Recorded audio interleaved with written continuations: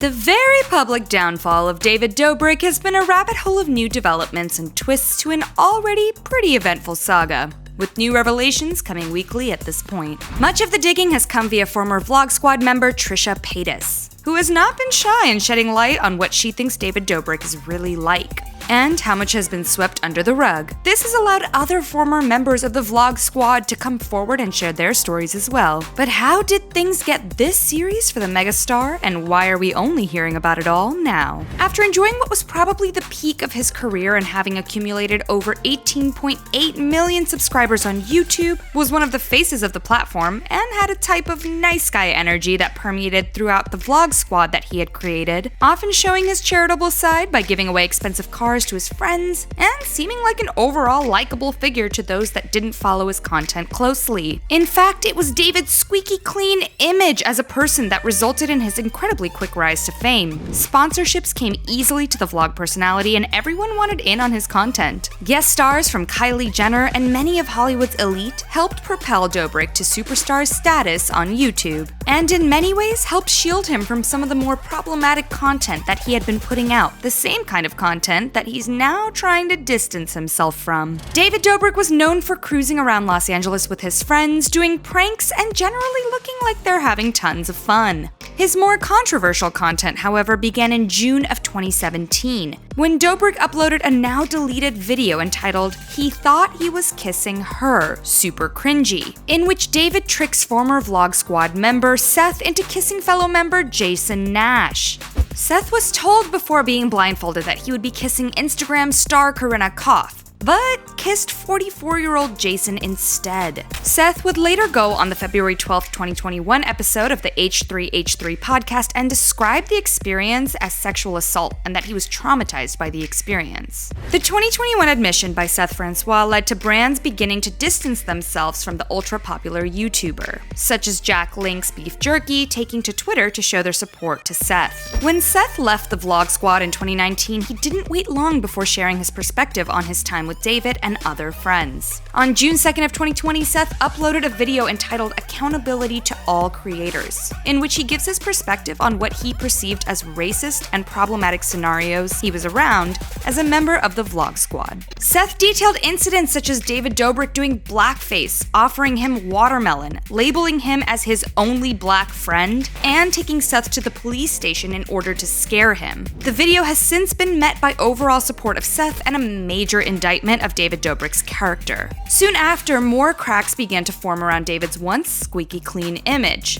In another now deleted video entitled "She Should Not Have Played with Fire," Dobrik is seen hanging out with members of his group, including former member Dom Zigliades, better known as Dirty Dom. In the video, Dom repeatedly jokes that he has invited some girls over for a fivesome, and when they arrive, Dom makes sexual jokes and comments towards them. This was the first instance of Dirty Dom being portrayed as sexually aggressive towards women, and played a major role in the sexual allegations that have now surfaced. For a man that once shouted "I'm uncancelable" in a vlog back in 2020, he has remained incredibly quiet as more and more accusations come out against him. Dom has been called a misogynist, a drug dealer, and much more throughout his time with David, but many have always brushed off his grosser tendencies as being an act for the sake of content. Dirty Dom has been a regular part of David vlogs since they began filming all the way back in 2015 in Illinois, and there is a visible shift in his demeanor the moment the two moved to Los Angeles, leading many to believe that his whole personality is just a gimmick for the cameras.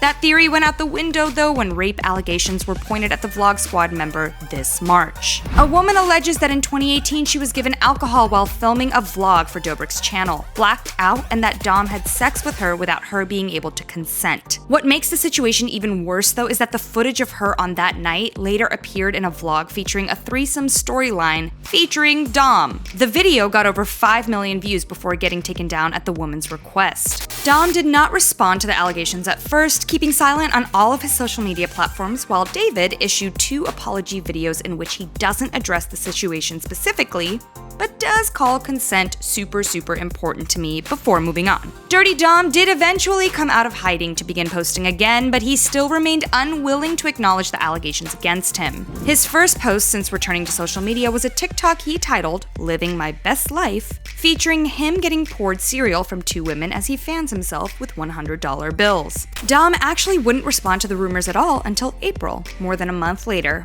Dirty Dom posted the video on his private Instagram in which he apologizes to the woman, but also states, "As far as I'm concerned, everything that occurred the night in question was completely consensual." Dom would also go on to say that he wanted to show the world who I truly am. This statement is in many ways indicative of how strange the situation has gotten, since we really don't know how much of each vlog is real and what is staged. Dirty Dom has called women a variety of names, acted as sort of a Hugh Hefner stand-in for some time, and so it has not been hard for many to write off the allegations as true. The numerous reports and allegations coming out from former members of the vlog squad has made many view the old vlogs in a much different light. The assault and harassment allegations hovering around David has elevated this whole situation from standard YouTube drama to something much more sinister, which has only been further magnified from Trish Paytas' comments on the Frenemies podcast.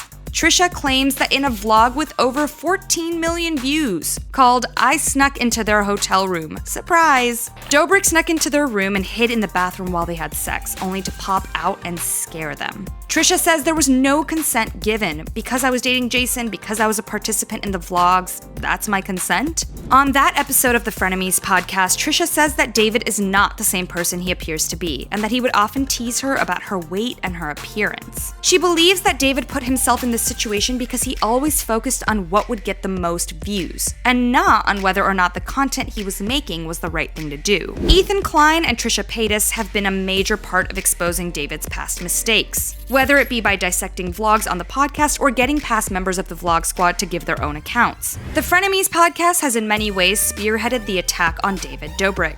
On March 21st, Jeff Wittek posted his own video in an attempt to distance himself from the rumors surrounding Dobrik and his group. In a video titled "My Truth," Jeff denies ever buying alcohol from underage girls and claims that Trisha is the only person who recalls him buying the alcohol. This video was met with mixed reactions, mainly because the Insider article that had accused him had named several people besides Trisha that had seen him buy the alcohol. Wittek would later go on to delete the video. Jeff's public downplaying of each event has hurt his reputation, since many have accused him of attempting to undermine the victim's accountability instead of providing any substantial proof of his innocence. The same day that the Insider journalist calls out Jeff for trying to poke holes in her article, an emergency live stream of the Frenemies podcast launches, with Jeff as its guest. In the interview, Jeff states that he didn't actually read the Insider article at all, since he didn't want to spend money to get through the paywall. Jeff Wittek would also restate his innocence, going as far to state that he and David weren't even around when the alleged assault happened or to give away alcohol. This statement is immediately met with animosity from the livestream chat, since there are time-stamped photographs of him, David, and the victim at 1:38 a.m.,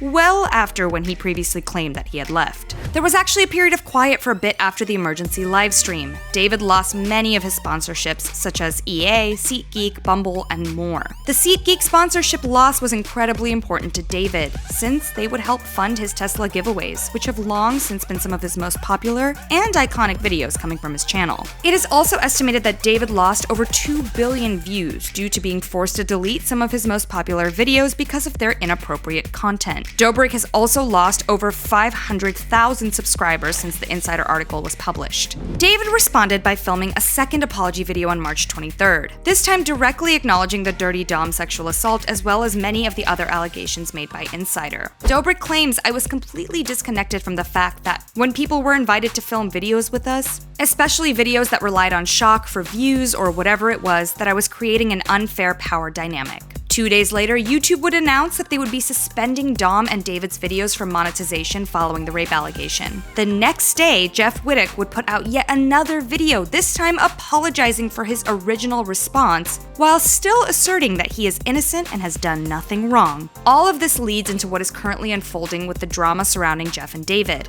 After months of dodging drama and rumors, Jeff Wittek has decided to release a multi-part documentary called "Don't Try This at Home," which now is 2 parts of the way through, with each garnering millions of views. The documentary is centered around an injury that he suffered while filming content for David's comeback vlog of 2020, in which Jeff was in a serious accident as a direct result of David's actions. The vlog series paints David in a pretty poor light, which is unsurprising as Jeff seems determined to get as much distance as possible between himself and the former vlog icon. Jeff has shared pretty personal experiences and some emotions in the documentary, especially in the second part of the documentary, which follows Jeff skydiving 25 times in the span of a week so that an exciting stunt can occur on the vlog. Jeff continually states how incredibly scared he was of heights, and that he was going through basically a high-end boot camp while David played video games at home. 9 times a day, Jeff would skydive, and at one point is forced to dictate a video will because of the dangers involved in what he was doing. The video is incredibly difficult to watch at times, as Jeff talks about his record getting expunged and trying to become a better person, while also expressing concerns about how his mental state is affected by the events. Soon enough, the documentary shifts to a stunt on a 1-foot lake in Utah, where David mans an excavator while putting his friends in increasingly dangerous stunts. At one point, Karinikoff is quoted as saying, "You take things too far, David," as she is swung from a rope tied to the excavator and dropped. Jeff states a willingness to take part in the stunts, as he believes it will make for better content. The vlog ends with Jeff being swung into the sides of the excavator as Wittek states over voiceover, "This is where I made a mistake. I forgot that the biggest fucking idiot I know was driving it."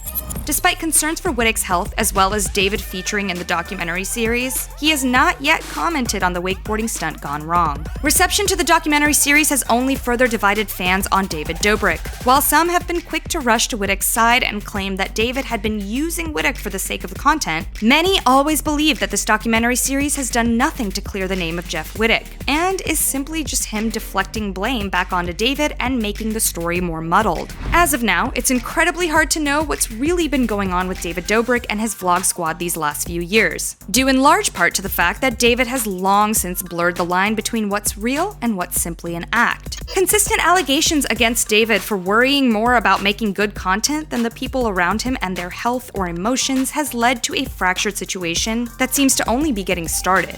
A problem with trying to figure out what is the truth and what are lies is that many of the same figures that are potential victims, like Jeff Wittek, are also facing their own allegations and problems as well, making it hard to find a figure to completely trust in this scenario. At this point, it seems like it may take more months or even years before anyone finds out what's really been going on around David Dobrik and his group of vloggers. Well, that's all for today. If you enjoyed this video, go ahead and give us a thumbs up and let us know in the comments what you'd like to see in the future. Don't forget to subscribe to our channel and hit that notification button so that you never miss any great content like this. Catch you in the next video.